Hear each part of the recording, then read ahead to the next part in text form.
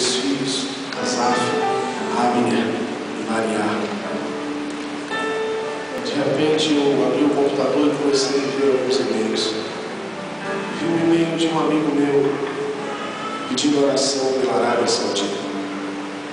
Para quem não sabe, a Arábia Saudita é o lugar mais muçulmano da terra.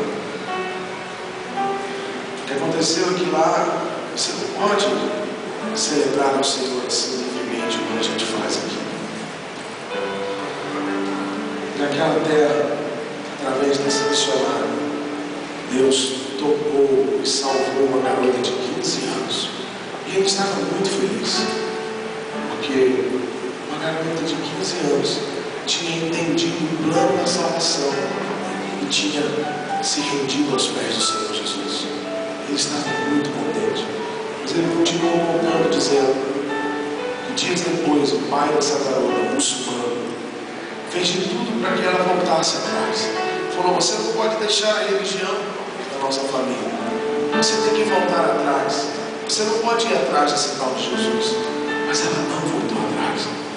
Ela falou: não, eu não encontrei uma religião, eu encontrei um grande amor, eu vivo para Ele agora, eu sou dele, eu não tenho outra razão de existir. E o pai fazendo de tudo para que ela voltasse atrás. Ela não voltou atrás. E aquele pai pegou a sua própria filha e matou. Você consegue entender isso? O pai matando a sua própria filha simplesmente porque ela estava servindo ao tal de Jesus. Mas ele não simplesmente matou a sua filha. Ele foi na escola, chamou todos os colegas dessa garota, da filha dele, para estar na frente da casa dele. E todos os coleguinhas da escola ficaram na frente da casa dele.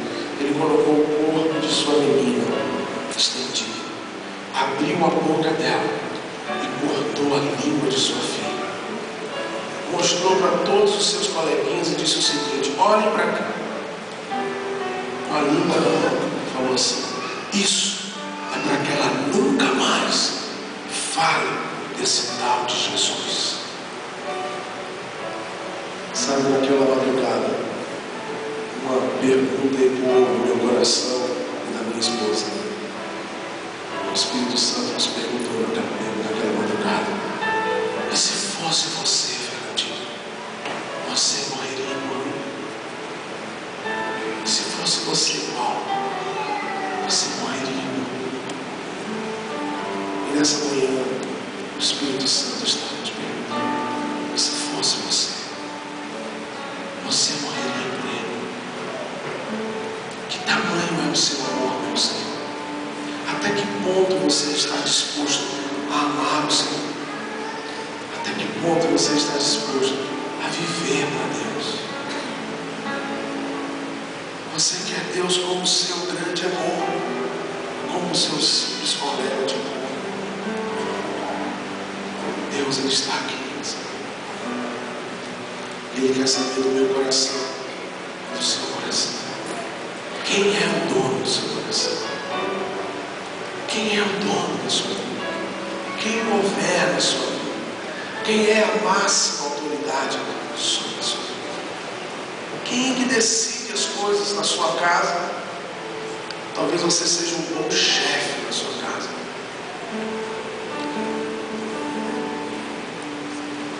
Quem é que decide? Quem é que resolve? Sabe, eu confesso que eu fiquei pensando dias sobre essa menina. E eu falei assim: puxa, eu poderia ter falado: não, pai, eu não quero saber mais de Jesus. Eu poderia continuar servindo ao Senhor Jesus escondido. Mas se ela fizesse isso, ela estaria negando Jesus. Quando a gente ama alguém, a gente quer fazer o bem, sabe? Quando a gente ama alguém, a gente não quer trair esse alguém.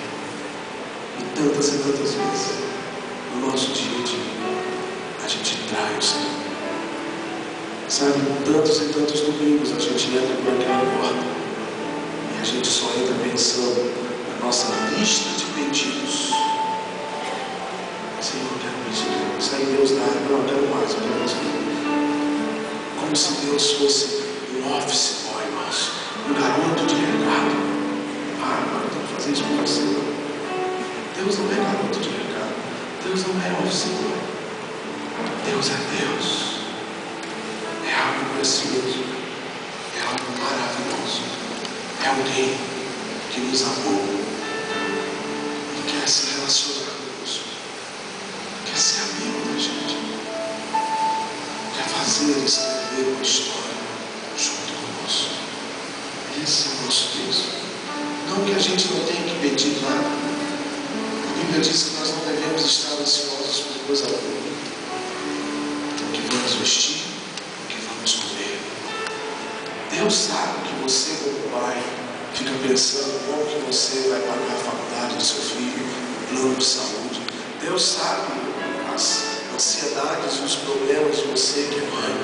Deus sabe as ansiedades de você que é um jovem, que não sabe ainda qual faculdade que você vai fazer ou quando vai pagar a sua faculdade. Deus sabe de tudo isso. E sabendo de tudo isso, Ele diz: buscai primeiro o meu reino. Porque todas essas coisas que vocês estão preocupados, elas serão acrescentadas. Esse é o nosso Deus. Esse é o nosso Deus. A única coisa que Ele quer de mim e de você não é a nossa perfeição. Ele sabe que nós somos imperfeitos. Mas a única coisa que Ele quer de mim e de você é que a gente dependa dEle. É que a gente seja fiel a Ele. É que a gente se entregue totalmente a Ele. Como eu disse, eu tenho 3 filhos. E o meu filho do meio, o Abner, eu chamo de meu chiclete.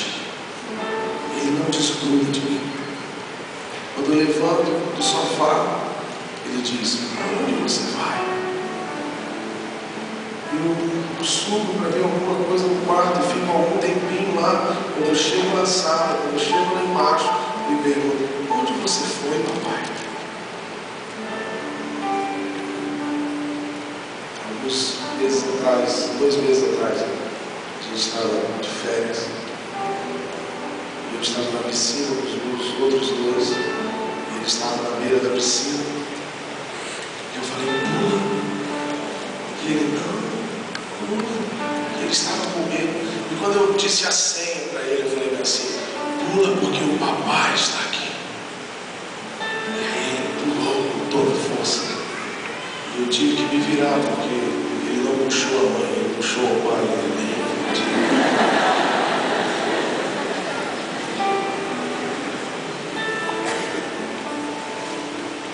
Mas eu quero dizer isso tudo, é que talvez você nunca tenha recebido um beijo do seu pai. Talvez você não conheça o seu pai. Talvez você não conheça a sua mãe. Mas existe alguém que está aqui essa manhã, que essa manhã está de braços abertos e diz: eu quero ser seu pai.